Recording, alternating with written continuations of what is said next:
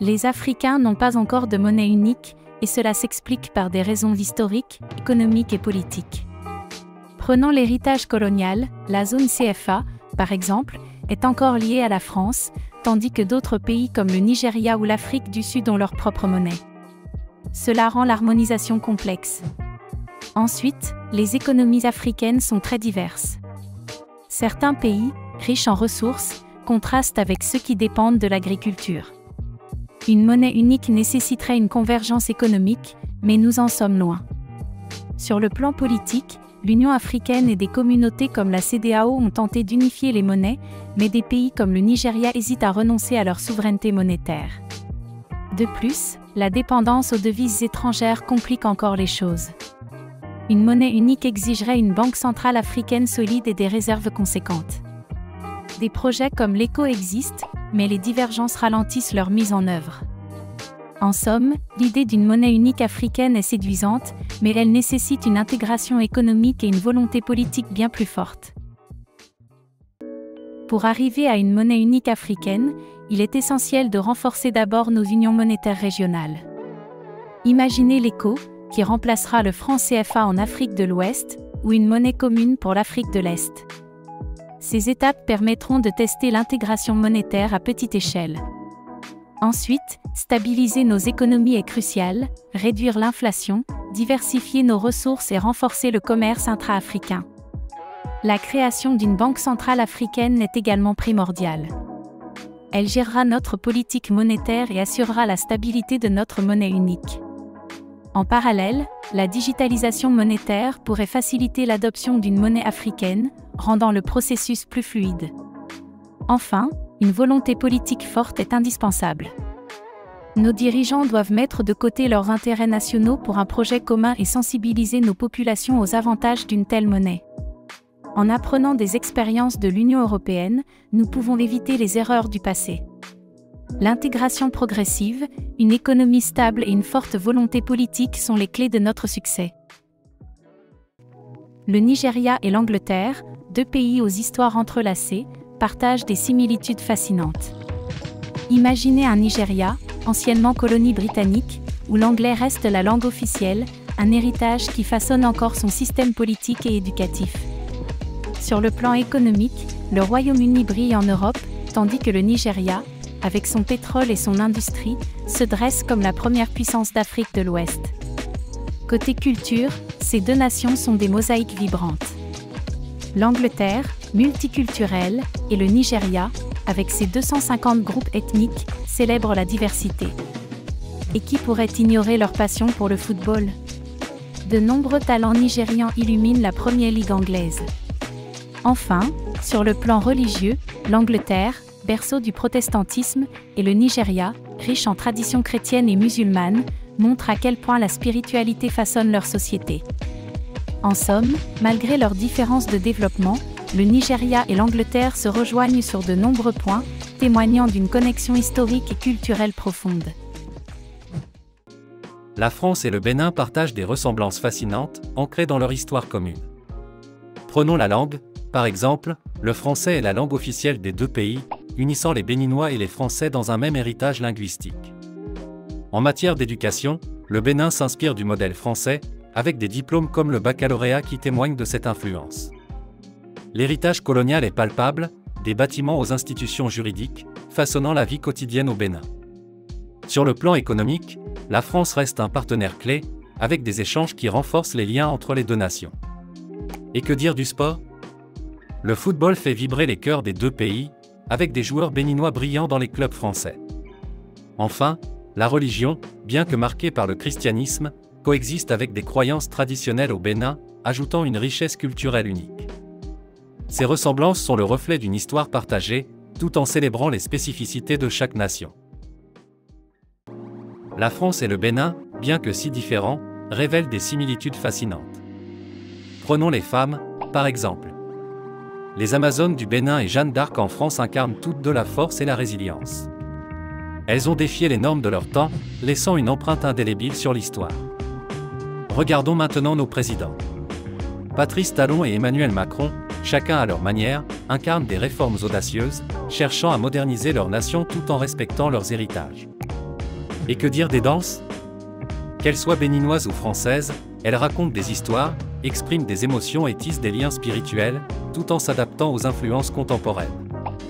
Ces parallèles révèlent une humanité partagée, où l'histoire, la culture et les traditions se rencontrent pour façonner nos identités collectives.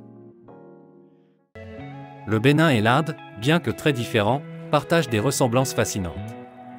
Prenons la spiritualité, le Bénin, berceau du vaudou, et l'Inde, riche en hindouisme et bouddhisme, montre à quel point la spiritualité est ancrée dans leur culture. Parlons cuisine, les deux pays sont des paradis d'épices. Au Bénin, les piments et les épices locales explosent de saveurs, tandis qu'en Inde, les currys et masala nous envoûtent. Les textiles racontent aussi une histoire vibrante. Les pagnes colorées du Bénin et les saris indiens sont des symboles d'identité culturelle. Et que dire des marchés? Ils bourdonnent de vie, où artisanat, épices et bijoux se mêlent dans une danse colorée. La musique et la danse, quant à elles, sont omniprésentes, du zouk et afrobéa au Bénin, au Bollywood et Bharatanatyam en Inde, chaque note résonne avec passion. Enfin, la famille et la communauté sont au cœur de ces cultures, créant des liens forts et indéfectibles. Voilà un aperçu de ces deux mondes qui, malgré leurs différences, se rejoignent dans tant d'aspects. Les États-Unis et l'Afrique du Sud, bien que géographiquement éloignés, partagent des ressemblances fascinantes. Prenons l'histoire de la ségrégation raciale. Aux États-Unis, les lois Jim Crow ont régné jusqu'aux années 60, tandis qu'en Afrique du Sud, l'apartheid a imposé une séparation stricte jusqu'en 1994.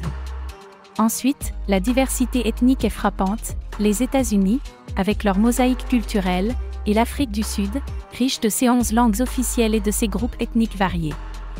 Sur le plan politique et économique, les deux pays sont des démocraties avec des économies de marché, bien que l'Afrique du Sud soit encore en développement. En matière d'influence mondiale, les États-Unis dominent, mais l'Afrique du Sud est une puissance régionale incontournable. Et que dire du sport? Les Américains adorent le basket et le football américain, tandis qu'en Afrique du Sud, le rugby et le football sont rois. Pourtant, tous deux partagent une passion indéniable pour le sport, ayant accueilli des événements majeurs. Enfin, l'urbanisation et les inégalités sociales sont des défis communs, avec des métropoles modernes mais des écarts marqués entre riches et pauvres. Ces similitudes révèlent des histoires entrelacées, malgré des différences culturelles. La France et la Belgique, c'est un peu comme deux cousins qui se ressemblent beaucoup. D'abord, la langue, le français, c'est notre point commun, que ce soit à Paris ou à Bruxelles. Ensuite, l'histoire, riche et complexe, nous lie depuis des siècles, avec des alliances et des conflits qui ont façonné nos cultures. Parlons de culture, qui peut résister à un bon fromage ou à un verre de vin français, sans oublier la bière belge qui fait saliver. Sur le plan institutionnel, nous sommes tous les deux membres de l'Union européenne, ce qui rend nos voyages si faciles. Et l'humour, à l'humour. Les blagues belges en France et les blagues sur les Français en Belgique, c'est un vrai festival d'autodérision. Sans oublier le sport, surtout le football, où la rivalité est toujours présente. Et nos infrastructures? Les autoroutes et les trains à grande vitesse nous rapprochent encore plus. Bref, la Belgique et la France, c'est une belle histoire de ressemblance, tout en gardant nos petites différences qui nous rendent uniques. Le Bénin, malgré son potentiel économique, fait face à de nombreux défis. Notre économie, trop dépendante de l'agriculture, notamment du coton et de l'anacarde, manque de diversification.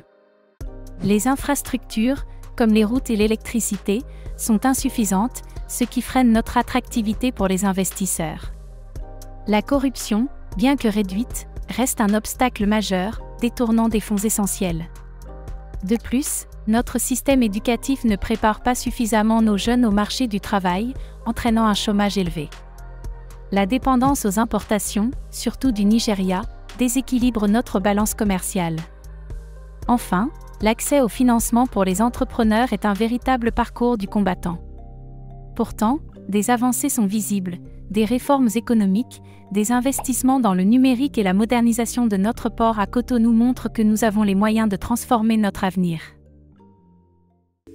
L'Allemagne et l'Afrique du Sud, deux pays aux trajectoires fascinantes. Sur le plan économique, l'Allemagne brille comme la première économie d'Europe, tandis que l'Afrique du Sud se distingue comme l'une des plus grandes économies du continent africain. Pensez à l'industrie automobile, Mercedes et BMW d'un côté, Toyota et Ford de l'autre. Historiquement, les deux nations ont connu des périodes sombres. L'Allemagne avec la Seconde Guerre mondiale et l'Afrique du Sud avec l'apartheid. Aujourd'hui, elles incarnent des modèles de réconciliation. Côté culture, l'Allemagne et l'Afrique du Sud sont riches en diversité. L'Allemagne avec ses dialectes régionaux, et l'Afrique du Sud, qui célèbre 11 langues officielles. Enfin, sur la scène diplomatique, l'Allemagne est un pilier de l'Europe, tandis que l'Afrique du Sud se positionne comme un leader en Afrique et membre influent des BRICS. En somme, l'Afrique du Sud est sans doute l'équivalent africain de l'Allemagne, un pays qui partage des caractéristiques économiques, historiques et culturelles remarquables. La Russie ne laisse pas l'Ukraine en paix pour des raisons profondes et complexes. D'abord, l'histoire. Pour Moscou, l'Ukraine est le berceau de la Russie, une terre essentielle à son identité. Ensuite, l'expansion de l'OTAN est perçue comme une menace directe. L'Ukraine qui se rapproche de l'Occident, c'est une ligne rouge pour Poutine. En plus, l'Ukraine est riche en ressources et constitue un corridor énergétique vital pour le gaz russe vers l'Europe. La Crimée, annexée en 2014, et le soutien aux séparatistes dans le Donbass, sont des moyens pour Moscou de maintenir son influence. Enfin, Poutine veut éviter que d'autres anciennes républiques soviétiques ne suivent le même chemin. En somme, l'Ukraine est cruciale pour la sécurité et l'influence de la Russie, mais cette ingérence ne fait qu'intensifier la résistance ukrainienne et l'isolement de Moscou sur la scène internationale.